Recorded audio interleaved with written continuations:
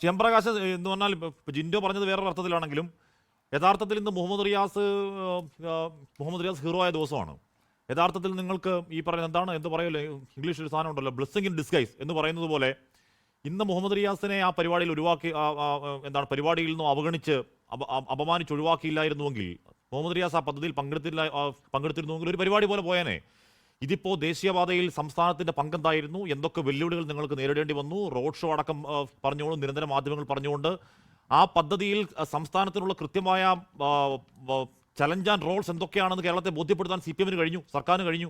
ആ അർത്ഥത്തിൽ ഇന്ന് CPM ദിവസം കൂടാണ് കേട്ടോ CM പ്രകാശ മാസ്റ്റർ.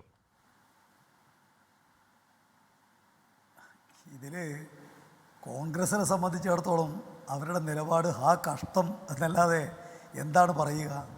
ഈ സമൂഹത്തിൽ ദോഷൈക ദൃക്കുകൾ എന്ന് പറയുന്നൊരു വിഭാഗമുണ്ട്.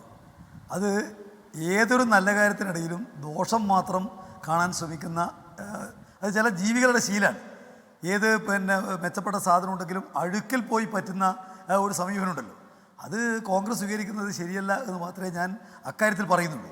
ഇത് ഒരു പുതിയ കാര്യമല്ല. കഴിഞ്ഞ കുറേ കാലമായിട്ട് കേന്ദ്ര ഗവൺമെൻറ് സ്വീകരിക്കുന്ന നിലപാട് കേരളത്തോട് ശത്രുതാപരമായ നിലപാടാണ് എന്ന് മാത്രമല്ല, ഒരു രാഷ്ട്രീയ മര്യാദ പാലിക്കാത്ത നിലപാടാണ്. കേന്ദ്ര ഗവൺമെൻറ് എന്ന് പറയുന്നത് രാജ്യത്താകെ ജനങ്ങളുടെ ഗവൺമെൻറ് അല്ലേ. ഒരു സംസ്ഥാനത്തോട് മര്യാദ കാണിക്കാൻ ആ ഗവൺമെൻറ്റിന് ചുമതലയില്ലേ. ആ മര്യാദ ലംഘനത്തിനെല്ലാം തന്നെ പൂർണ്ണമായി കുടപിടിക്കുന്നത് കോൺഗ്രസ്സാണ് എന്നുള്ളത് ആർക്കറിയാതിരിക്കുന്നത്. ഏതു കാര്യത്തിലാണ് ന്യായമായ നിലപാട് കേരളത്തോട് സ്വീകരിക്കുന്നത്?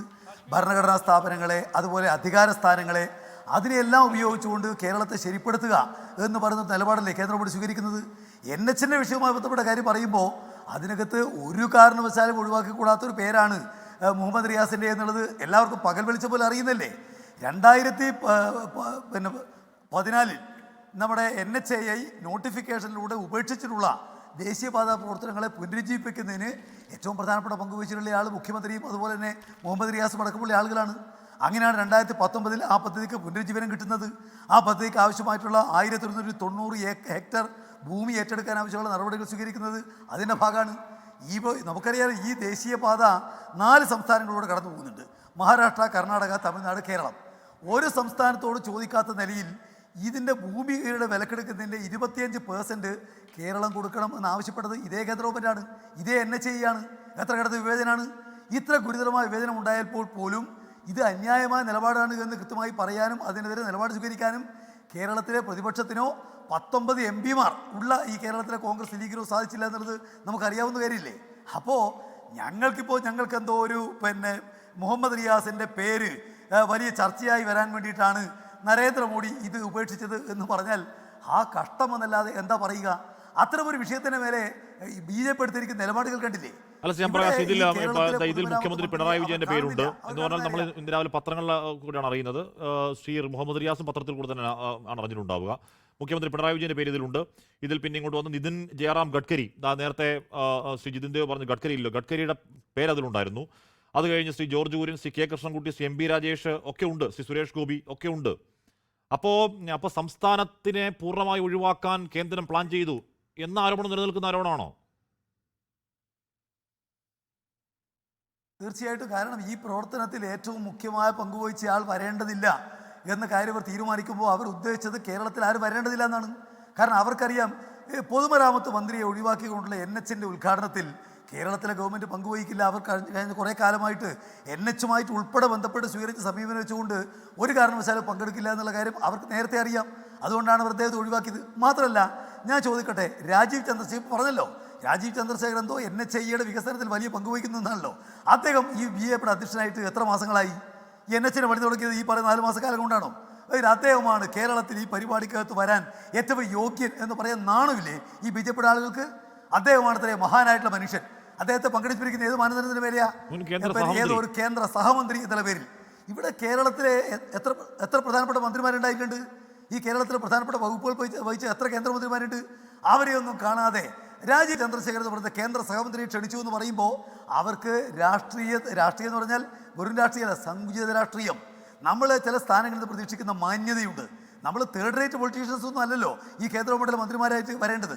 അങ്ങനെ വന്നിരിക്കുന്ന ഒരു നില ഉണ്ടായിരിക്കുന്നു എന്നല്ലേ ഈ പറയുന്നതിൻ്റെ കാര്യം പരിശോധിക്കുമ്പോൾ കാണാൻ വേണ്ടി കഴിയുക. രാഷ്ട്രീയ പ്രവർത്തനത്തിന് ഒരു മാന്യതയുണ്ട്. ആ മാന്യത ലംഘിച്ചുകൊണ്ടാണ് എല്ലാ വിഷയങ്ങളിലും അവർ നിലപാട് സ്വീകരിക്കുന്നത്. അതിൻ്റെ ഇങ്ങേ തലയിലുള്ളൊരു കാര്യം മാത്രമാണ് ഈ നടത്തിക്കൊണ്ടിരിക്കുന്ന കാര്യം. അതല്ലാതെ കേരളത്തിൽ NHAയുമായി ബന്ധപ്പെട്ടുകൊണ്ട് ഈ പറയുന്ന ഏതാണ്ട് 500 കിലോമീറ്റർ പണി പൂർത്തിയായി, 650 ചില കിലോമീറ്റർ ഉള്ളതിൽ ആ പ്രവർത്തനത്തെ ഏറ്റവും പ്രധാനപ്പെട്ട പങ്കുവെച്ച് ആളെ ഒഴിവാക്കുക, അത് കേരളത്തോട് ശത്രുതാപരമായ നിലപാട് സ്വീകരിച്ചുകൊണ്ട് രാഷ്ട്രീയ യുക്തിയാണ് എങ്കിൽ കൂടിയും ഈ പല സ്ഥലങ്ങളിലും ഈ ദേശീയവാദ നിർമ്മാണ പ്രശ്നത്തിൽ ഇടിഞ്ഞു താന്ന പ്രശ്നം ഉണ്ടായല്ലോ, ഒരുപാട് ആശങ്കകൾ ഉണ്ടായല്ലോ. അന്ന് ആശങ്ക ഉണ്ടായപ്പോഴേക്കും മന്ത്രി PM മുഹമ്മദ് റിയാസ് പറഞ്ഞത് ഇത് എനിക്ക് പങ്കൊന്നുമില്ല, ഇത് മൊത്തം കേന്ദ്രത്തിന്റെ പരിപാടിയാണ് എന്ന് പറഞ്ഞ ശബ്ദമായിരുന്നു ശ്രീ VS ചിദംബരം കേൾപ്പിച്ചത്. അതിനോട് മറുപടി ശ്രീ പ്രകാശ മാസ്റ്റർ.